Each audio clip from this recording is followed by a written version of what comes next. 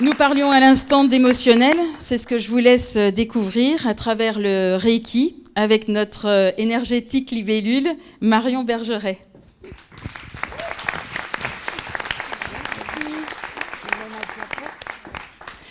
Bonsoir à toutes et tous. Alors moi je suis extrêmement heureuse et contente d'être avec vous ce soir. C'est une vraie joie. Déjà, je voulais vous remercier du fond du cœur pour votre curiosité positive et pour avoir fait le déplacement. Donc, moi, je suis Marion Bergeret, alias chercheuse d'or, car ensemble, révélons vos richesses intérieures. Je propose 3 activités professionnelles, la sophrologie en séance individuelle et collective, le Kobido, soin facial énergétique japonais, et le Reiki. Et j'ai justement décidé ce soir de vous parler du Reiki. Le Reiki, pour moi, est un excellent outil d'aide à la guérison naturelle, car c'est un outil d'amélioration de soi, tant physiquement, mentalement qu'émotionnellement. Mais c'est aussi un excellent outil de connaissance de soi, car quand on se relaxe, quand on se détend, on commence à travailler progressivement notre intuition. Et notre intuition n'est pas seulement là pour nous avertir d'un grand danger. Elle est aussi là, au quotidien, pour nous aider à aller sur le bon chemin et pour nous dissuader d'aller sur le mauvais chemin. Ainsi, nous devenons petit à petit notre plus puissant allié et notre meilleur guide. Pour la petite histoire, le Reiki est un soin énergétique japonais qui date du 19e siècle. Il a été mis en place par Maître Usui. Le principe, le donneur se connecte à l'énergie universelle, il devient canal et ainsi transmet au receveur toute cette énergie. Tout ceci, bien sûr, avec bienveillance, amour et sans aucun jugement.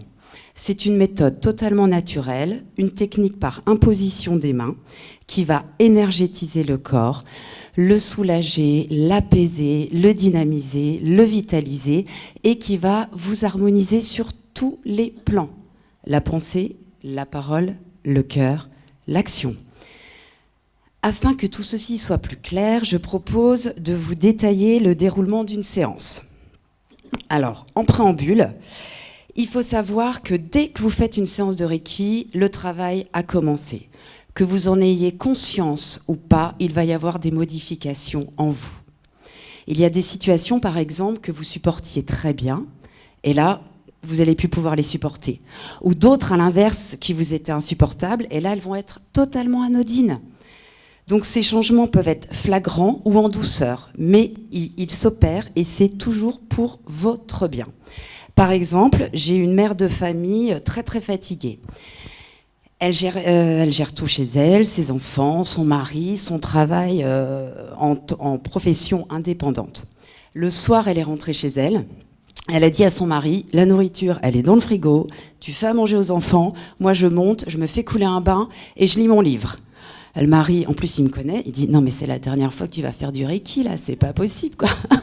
Et puis elle-même, elle était catastrophée, elle s'est dit mais comment je vais pouvoir continuer ma vie ? Tout ce que je faisais d'habitude de tous les jours là, je peux plus, ça me sort partout. Mais vu que tout est bien fait, le lendemain matin au réveil, non seulement elle n'avait plus du tout de fatigue, mais en plus elle était hyper enjouée et hyper ravie de devoir continuer de tout gérer. Tout ça simplement parce que ça faisait des années que dans son entourage, il y avait des petites voix qui lui disaient « Oh, mais tu te rends compte tout ce que tu fais, mais c'est pas possible si t'es pas là, non mais tu dois être vraiment fatiguée, etc. » Et elle s'est rendue compte que, de ce fait, elle a pris ça pour des devoirs, des obligations. Et non, en fin de compte, sa vraie nature, c'est un plaisir d'avoir à gérer tout ça. Donc tout s'est très bien terminé pour cette famille, ils sont très heureux. Autre cas aussi de changement. Une mère de famille était dans sa cuisine et d'un seul coup, le soir, les larmes lui sont venues. Une tristesse énorme, une tristesse non identifiée. Elle n'a pas su dire pourquoi. Et là, les larmes ont commencé à couler. Elle les a laissées couler. Elle a demandé à sa fille de descendre, elle l'a prise dans ses bras, elle lui a fait un énorme câlin, elle lui a dit qu'elle l'aimait. Elle avait besoin de dire à sa fille qu'elle l'aimait. Elle est allée se coucher et le lendemain matin, elle s'est réveillée avec un poids en moins sur le cœur, le thorax, les épaules. Tout ça pour vous dire que cette femme, ça faisait peut-être depuis des semaines, des mois, des années, on n'en sait rien, elle vivait avec cette énorme émotion négative enfouie en elle et cachée d'elle-même. Donc, ces deux femmes se sont retrouvées soulagées de quelque chose dont elles ignoraient, mais qui leur pesait au quotidien. Après, chaque expérience, accueil et effet de l'énergie est bien évidemment unique. Parce que même si nous sommes tous reliés, tous connectés, nous avons tous notre propre façon de réagir. Donc ça, c'était le préambule. En premier point, donc, je vais donc vérifier que l'énergie circule bien, qu'elle soit bien fluide, nette, limpide, entre le premier chakra, le chakra racine et le chakra couronne.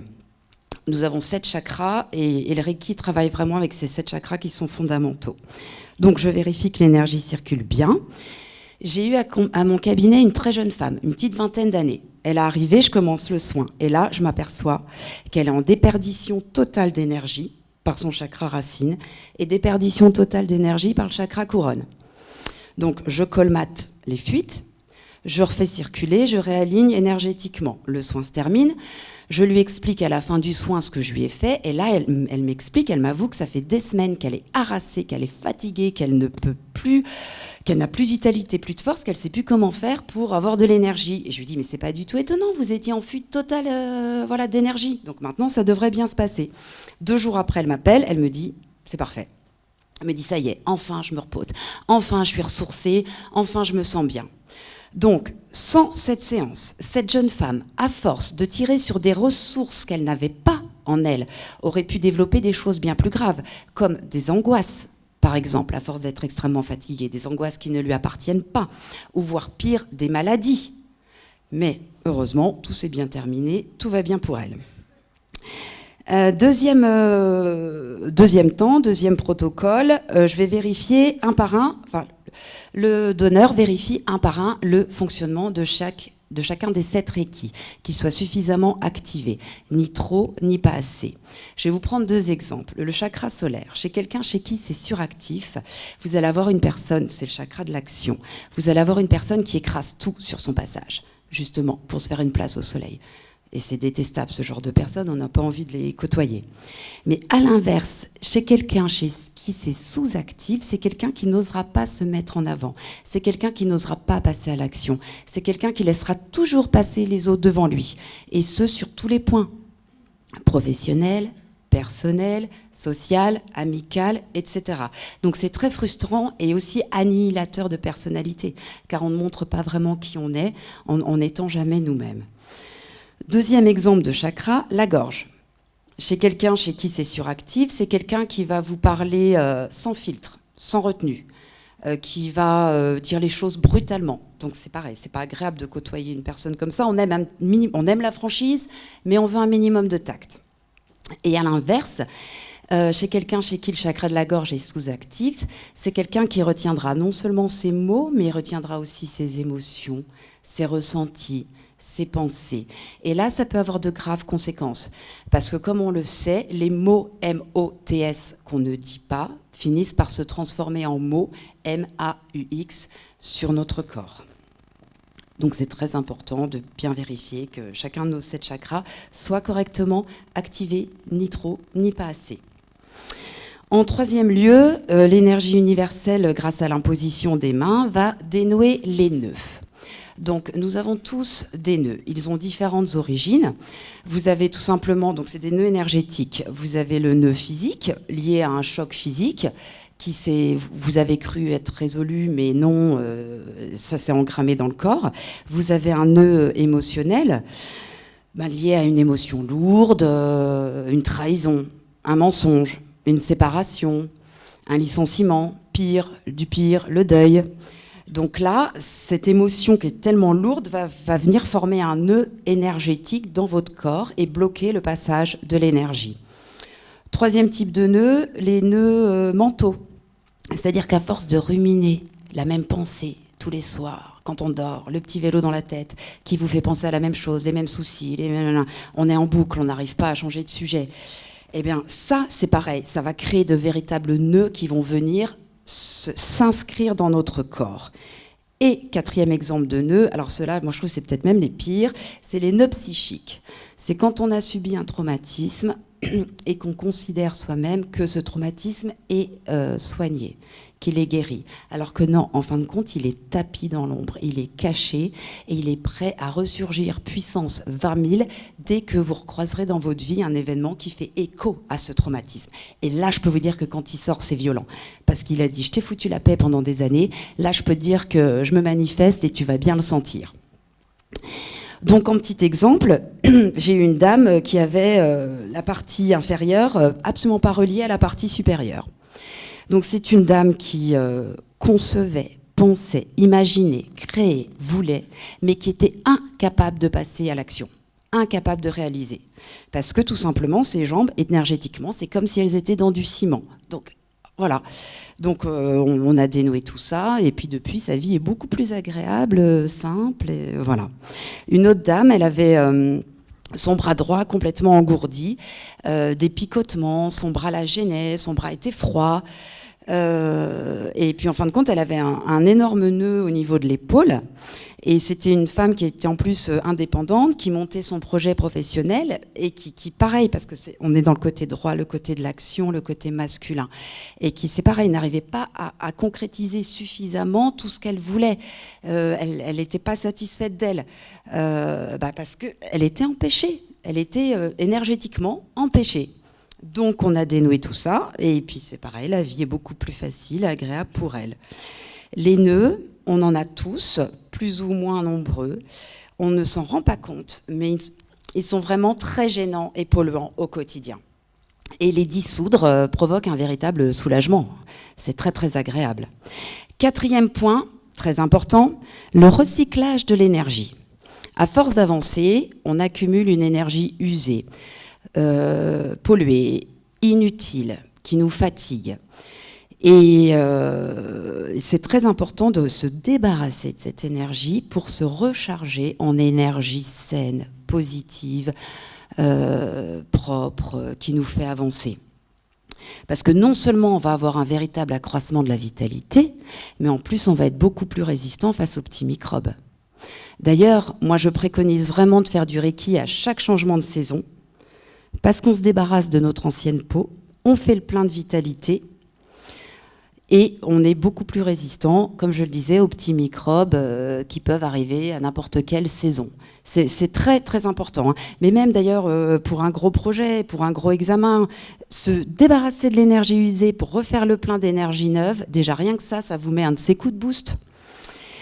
Donc on a vu, on lisse l'énergie pour pas qu'il y ait de fuite, comme cette jeune femme. On harmonise un par un chacun des chakras, on débloque les nœuds qui sont inscrits dans notre corps, on recycle l'énergie et 5e temps, très important, l'ancrage. On va ancrer la personne au sol, à la terre, aux énergies telluriques, afin de la solidifier, de lui donner confiance en elle. Vous prenez par exemple les maîtres d'arts martiaux japonais. Ils travaillent uniquement surtout avec le Hara Tenden. C'est-à-dire que là, ils ont toute leur énergie, vous pouvez leur balancer n'importe quel coup, ils ne vont pas bouger, parce qu'ils sont ancrés. C'est comme s'ils étaient vraiment reliés au sol, par une énorme colonne très forte. Nous, on nous fait ça, on va partir en arrière, eux, on peut leur faire un énorme coup, ils ne bougeront pas. Pareil pour les samouraïs, quand ils se faisaient la harakiri. Pourquoi est-ce qu'ils n'allaient pas direct dans le cœur? Non, ils commençaient par le hara tenden pour remonter au cœur, parce que c'est la source de vie, la source d'énergie. Si notre hara est vide, tous les autres organes peuvent être en bonne santé, on sera incapable d'avancer d'1 centimètre. Donc l'ancrage est extrêmement important, parce qu'il va nourrir, renforcer, nous renforcer. Il va aussi, surtout, principalement, nous permettre d'être dans l'instant présent. Donc, dès lors qu'on n'est plus dans les regrets du passé, les espoirs du futur, mais qu'on est dans le présent, on peut faire face à tout ce qui nous arrive dans la vie. Et on peut faire face en douceur, hein, pas besoin de se battre, hein, mais on est là, on est présent, on est ancré, on est fort.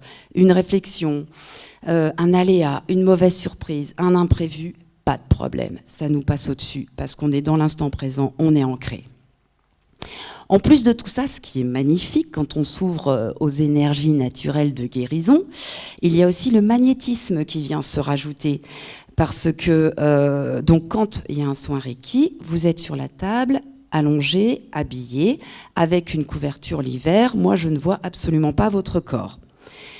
Et j'ai pas mal de personnes qui ne sont absolument pas venues pour ça, donc ils ne m'ont pas dit, qui m'en ont pas parlé, qui m'ont appelé après pour me dire bah, écoute, tu m'as enlevé mon psoriasis, vous m'avez enlevé les énormes migraines que j'ai dans la tête, vous m'avez enlevé, enfin l'énergie universelle, attention, a enlevé l'énorme mal de dos. Donc c'est que du bonheur. Plus on s'ouvre avec le cœur à tout ça, et plus on reçoit. C'est ça, ce que je veux vous faire comprendre aussi, c'est que c'est infini. La réception de toute cette positivité, elle est infinie. Dès lors où vous décidez de prendre soin de vous occuper de vous choyer, de vous dorloter, parce que vous êtes la personne la plus importante pour vous sur Terre, c'est vous-même. Donc, moi, le Reiki, ce que je veux vraiment vous faire comprendre, c'est que c'est un excellent ami. Parce que non seulement il recharge en vitalité, mais il permet aussi d'être vrai, il permet d'être soi-même, il permet de faire tomber les masques, les carapaces, les armures. On est ancré dans l'instant présent, on n'a plus à faire semblant, on a nos chakras qui sont bien harmonisés. On est nous-mêmes. Et plus nous serons vrais, plus nous développerons une énergie de respect, de tolérance, d'amour, de bienveillance, que nous pourrons nous donner à nous-mêmes, donner à notre entourage et surtout à notre monde qui en a vraiment besoin. Donc je vous remercie beaucoup de m'avoir écouté. J'espère avoir suscité votre intérêt. Je vous dis à tout à l'heure pour les questions. Et maintenant, j'ai le grand plaisir de passer la parole à une fleur magnifique qui va vous présenter toutes les merveilleuses vertus de ces élixirs floraux naturels. Madame Pascale Foratier.